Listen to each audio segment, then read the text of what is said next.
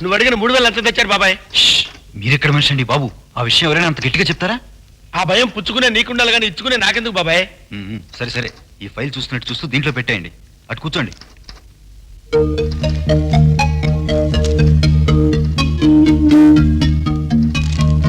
నువ్వు అడిగిన పని పూర్తి చేశాను. మరి నేను అడిగిన పని 3-4 రోజుల్లో నేనే స్వయంగా వాళ్ళ ఇంటికి వెళ్ళి చెక్ అందిస్తాను. ఇక మీరు వెళ్ళండి. కానీ నీకు నేను డబ్బిచ్చినట్టు మాత్రం వాళ్ళతో చెప్పాలి. చెప్పనులేండి. వస్తాను. ఎరా హనుమంతు, క్రాఫింగే కాదన్నా, బాబాయ్ నీకు ఈ డబ్బిచ్చి పిల్లల ఖాతాలో వేయించమన్నాడు. ప్రతి వారం స్వయంగా తను వచ్చి ఇచ్చేవాడు. ఇప్పుడు నిన్ను పంపించాడా? ఈ మధ్య ఆ సుందరయ్య గారు బాబాయ్కి బాగా దగ్గరైపోయాడన్నా. ఆడేం నూరు పోస్తున్నాడో ఏమో, బాబాయ్లో రోజు రోజుకి మార్పు వస్తోంది. ఆ మార్పు బాబాయ్ జీవితాన్ని ఏ మలుపు తిప్పుతుందో, ఈ కథని ఏ మెలికి తిప్పుతుందోరా హనుమంతు.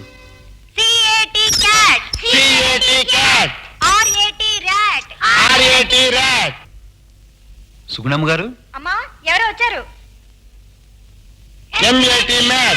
ఎవరు బాబు మీరు? నేను మీ వారి ఆఫీస్ నుంచి వచ్చానమ్మా. అలాగా? ఓ వారం రోజులుగా పాత ఫైల్స్ అన్ని తిరగదోడి రాఘవరావు గారికి రావాల్సిన ఎరియర్స్ అన్ని క్లిక్ చేయించానమ్మా. ఇదిగో 30,000 రూపాయలకి చెక్.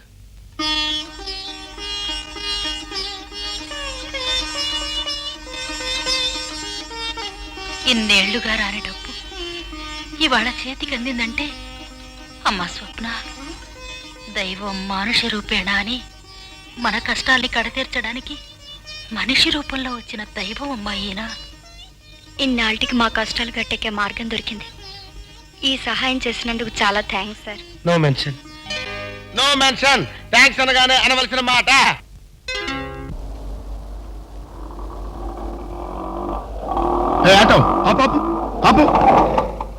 మీకోసమే మీ హోటల్కి బయలుదేరానండి. అలాగా?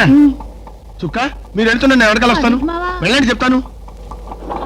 పిల్లలు పుట్టినరోజుని పెద్ద హోటల్లో టిఫిన్ పెట్టిస్తాను. బయలుదేరదీసి నువ్వు ఇట్లా మధ్యలో అయిపోవడం ఏం బాగాలేదు మావా. త్వరగా వచ్చేసాయి. మొన్న మీరు సమయానికి నాకు డబ్బు ఇచ్చి ఆదుకున్నారు. దానికి అవుతుంది స్వప్న, పర్వాలేదు. మా నాన్నగారి పెన్షన్ డబ్బు అందింది.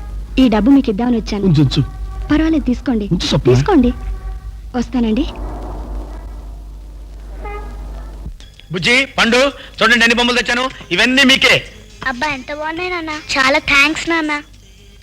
ఇదిగో ఇటరా. నీతో మస్తు ఎడ్డ సిక్కు మహారాజా. ఏంటిది ఒళ్ళుపై తెలియకుండా పోతుంది? నిన్న బ్యాంకులో ఎత్తనన్న 3,000 రూపాయలు ఇట ఖర్చు పెట్టేస్తావా? ఓన్లేవి ఎవరి కోసం ఖర్చు పెట్టాను? పిల్లల కోసమే కదా. అసలు నేను ఇంత కష్టపడి సంపాదించేది వాళ్ళ కోసమే కదే. పిట్ట ఎర్రటి ఎండలో ఊరంతా తిరిగి పరిగెరుకొచ్చేది ఎందుకే? తన పిల్లల నోటికి అందించడానికి కాదు. వాళ్ళు నా ప్రాణమే. ఇవి తీసుకెళ్ళి వాళ్ళకి ఇవ్వు. వాళ్ళకేం కావాలో చూడు. నేను ఇప్పుడే వస్తాను. చాలా బాగుంది బాబాయ్. మా పిక్నిక్ బాగా జరిగింది. మంచి టిఫిన్లు పెట్టినందుకు చాలా థ్యాంక్స్. థ్యాంక్స్ ఎందుకు మాస్టారు? నేను పెట్టింది పారేయకుండా తృప్తిగా తిన్నారు. అదే నాకు ఆనందం. మేము బయలుదేరుతున్నాం. నువ్వు మాతో వ్యాన్లో వచ్చేస్తావు బాబాయ్. మేము బండిలో వచ్చాం కదా మాస్టారు. నేను చుక్క సామాన్ వేసుకొని బండిలో వెళ్ళిపోతాం. ఇదిగో సుబ్బడు, ఈ 10 రూపాయలు ఉంచో. గుర్రాన్ని తీసుకుని హోటల్ దగ్గరికి వచ్చేయి. బండి తీసుకుని మేము వచ్చేస్తాం. గుర్రాన్ని తీసుకెళ్తే మీకు ఇబ్బంది కదమ్మా. ఆ ఇబ్బందిలోనే ఇబ్బడి ముబ్బడిగా సుఖం ఉందిరా సుబ్బడు. ఇల్లు త్వరగా ఇల్లు.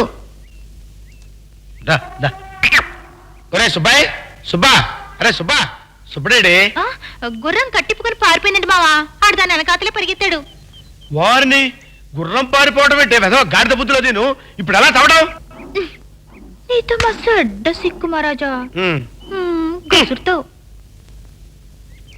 ఇప్పుడు ఏం కంపు మునిగిందని ఆడొచ్చేదాకా మన ఇద్దరం ఎంచక్క ఏ మల్లె పందిరి కింద కూకొని మన సిప్పి ఊసులాడుకుందాం.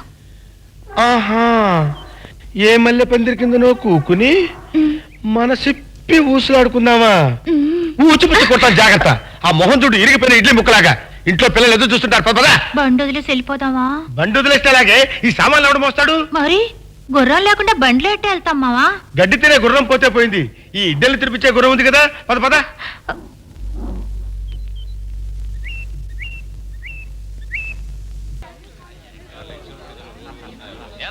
హలో.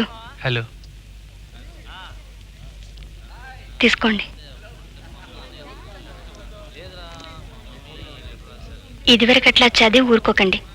ముద్దపప్పు అనే పేరు పోగొట్టుకోవటానికి ప్రయత్నించండి.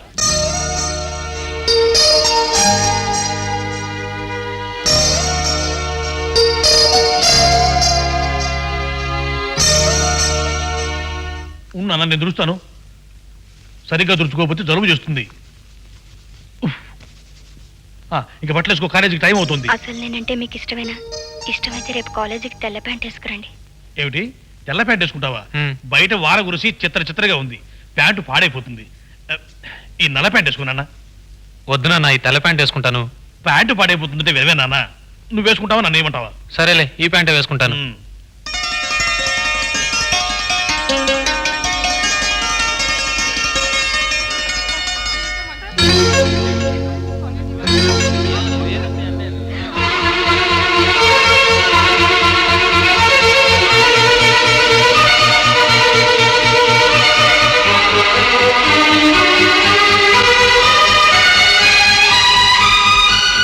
You know what happened?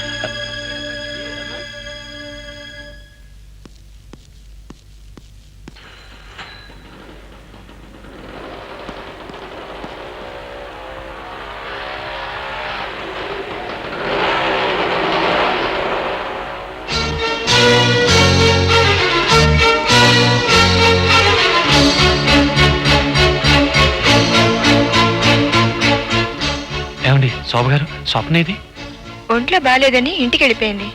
ఇంటికి వెళ్ళిపోయిందా? చుక్క, రా అన్నా, రా కూసో.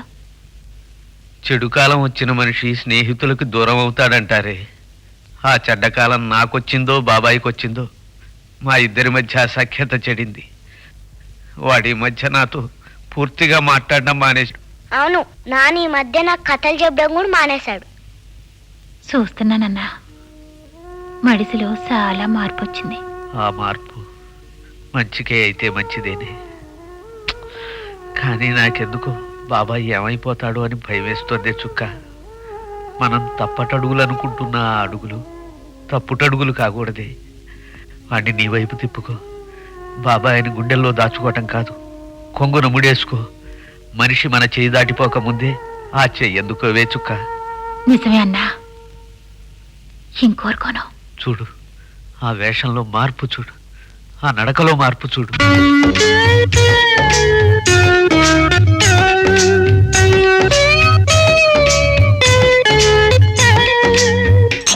కాఫీ ఒకటి.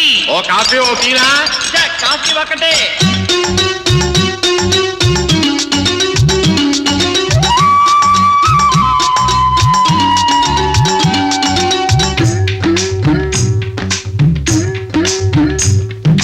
పొజిషన్లోని పాలకులైన అపోజిషన్ల నాయకులైనా,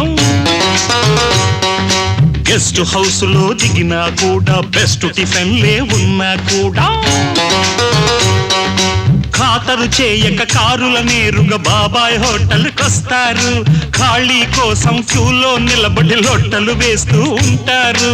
మంత్రి సీటు కంటే మంచి సీటు అంటూ బెంచి సీటు కోసం పడి పడి చస్తారు. ఒక్కసారి ట్రా మామా, ఇప్పుడే 10 నిమిషాల్లో వచ్చేద్దాం. ఎక్కడికే? నీతో మా చెడ్డ సిక్కు మహారాజా, రా. ఏంటే ఇంత అర్జెంటుగా గుడి తీసుకొస్తున్నావేంటి? చెప్తాను రా మావా. చెప్పవే, ఎందుకు తీసుకొచ్చారని ఇక్కడికి? నెల నెల నువ్వు ఇస్తున్న జీతంతో నేను ఒక నగ చేయించుకున్నా మావా. వారిని నేను ఇచ్చే జీతం తక్కువ, దాంతో నగలే చేయించుకున్నావే? చేయించుకున్నా మావా. నువ్వు ఆ నగని దేవుడి ముందు నా మెళ్ళో వేయాలి. అట్టాగే, దానికే. ఏం నగది? చంద్రహారమా సూర్యహారమా? ఆటన్నింటినీ మించిన ఆడబతుకు హారం మావా. ఆడపుటకు పుట్టిన పెద్ద మడిసి కోరుకునే హారం ఇది. పిచ్చిదానా, దీన్ని ఎవరు పడితే వాళ్ళు, ఎవరి మెళ్ళో పడితే వాళ్ళ మెళ్ళో వేయటానికి కుదరదు. పెళ్ళిళ్ళు అక్కడ దేవుడి ముందు జరుగుతాయట. ఒక్కో మనిషికి ఒక్కో మనిషి రాసిపెట్టి ఉంటుంది.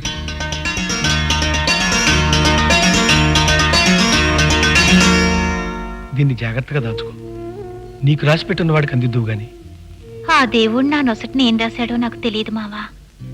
నీ మనసుకి ఎప్పుడు దీన్ని నా మెళ్ళో వేయాలనిపిస్తే అప్పుడయ్యి.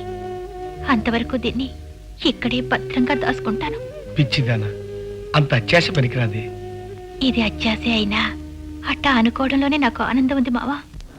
ఏమిటి స్వప్న, అంత డల్గా ఉన్నావేంటి? ఏం లేదే. లేదు, ఏదో ఉంది, నాకు చెప్పవా? ఆయన గురించి ఆలోచిస్తున్నానే. ముద్దపప్పు గురించా? ఆయనకి నేనంటే ఇష్టం లేదేమోనని రాను రాను నాలో అనుమానం పెరుగుతోంది. నువ్వంటే రాముడికి ఇష్టం లేకపోవడం ఏంటే? నిన్ను నువ్వు సడన్ గా ఇంటికి వెళ్ళావా? ఆ తర్వాత అతను మన శోభ దగ్గరికి వచ్చి